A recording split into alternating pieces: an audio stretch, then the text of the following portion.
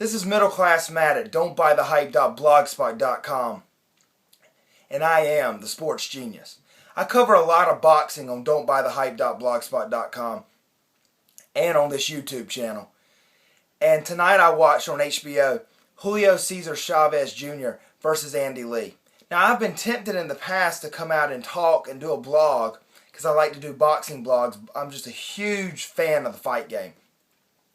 About Julio Cesar Chavez being someone who lived in his father's shadow, had the best trainer in the game, Freddie Roach, sponsored by Nike, Bob Arum's behind him, and because of all his backing and his big name, he's got big fights and people have wanted him to be a star. Very few times when people want you to be a star and you don't have the ability to back it up, do you grow into that role? Do you fit those big shoes? And his father's shoes, Julio Chavez, are massive shoes in boxing. He's one of the greats of all times. And I had not seen anything special about his son. I thought he was a good fighter. I thought he could earn a living as a fighter. But to be getting the big fights on HBO, I didn't understand it.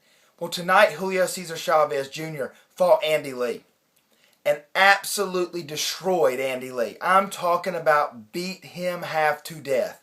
His face looked like a car wreck when he was finished. In fighting, it makes a clear winner when one guy looks like he just stepped out of the shower and the other guy looks like he just came out of war. Had just fought a war. And that's what Andy Lee looked like. But probably in boxing, the best two things you can have are power and speed.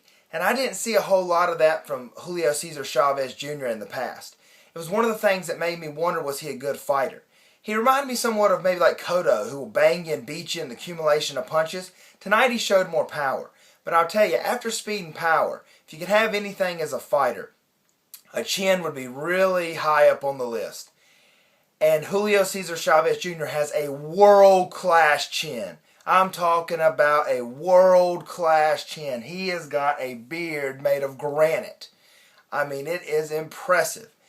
Andy Lee hit him with an uppercut that should have knocked his head off his shoulders. It would have sat people down. Andy Lee said at the end of the fight, he said, the thing was with him, I got to give him credit, I would hit most guys with those shots and it would really do damage. It would have put people down, the shot he hit. He looked like a bobblehead, or a rock'em sock'em is a better way to put it. When he hit Chavez with an uppercut and the chin just went back up like this and he just came right down, absorbed it and kept going. Actually landed his best punches of the fight after that punch. A lot of guys hug or regroup after a big punch or back up, to kind of get their footing and make sure their head's clear. He landed his best punches after that to really turn the fight in his favor, Julio Cesar Chavez Jr. He really was, in the fight and was absorbing those punches, and that's what really, decided the fight. Another thing is that Julio Cesar Chavez is a warrior like his father. He's tough. And it's really funny because some of these other fighters that come from their blue-collar backgrounds, a lot of the English fighters or the fighters from overseas are really tough guys. They come from, real working-class neighborhoods. And Andy Lee is a tough guy, it seems. And Julio Cesar Chavez Jr. is a rich kid. And he was actually tougher, or at least as tough as Andy Lee. And he's a tough kid. So with his toughness and chin, and then one more thing, his sheer size. They were talking tonight that he was fighting middleweight at probably about 180 pounds. He looks every bit that. He looks like a light heavyweight. He's huge. And now the talk begins, and I would have said a year ago, this is absurd. If anyone would have said this, I would have put a blog out that would just bash him. But like I said, this is the rare example where this guy grew into his name, grew into his father's shoes, and is now as big of a star as people want him to be. I think he could provide some real challenges for Sergio Martinez. Here's a few reasons why.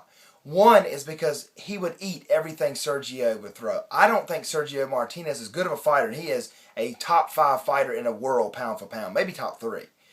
And I've been very impressed with the things he's done and the people he's beaten in the past. He's had huge wins against Paul Williams and Kelly Pavlik. But with that said, I don't believe he can hurt Julio Cesar Chavez Jr. Don't believe he can do it. And I believe that Julio Cesar Chavez Jr. will keep coming at him, keep pressing on, using his body and size, doing body work to him and just landing those heavy shots. Even though he doesn't have that rare, extraordinary knockout power, Junior doesn't, he has big, heavy hands, and he beat Andy Lee's body to death. Early on in the fight, I said if he keeps landing body blows like that, Andy Lee's going to give out, and that's what happened. Well, it was a good fight. I want to give a quick shout out. I always talk about how much I love HBO. I got my Eastbound Down shirt. This is the best sports show on television that's fictional. And if you haven't checked it out, it's great. HBO is a great channel. It's got great shows and great boxing. And that's why I love it so much. It's the only premium channel I have because of that. So this is Middle Class Matt from don'tbuythehype.blogspot.com, and I'll check you next time.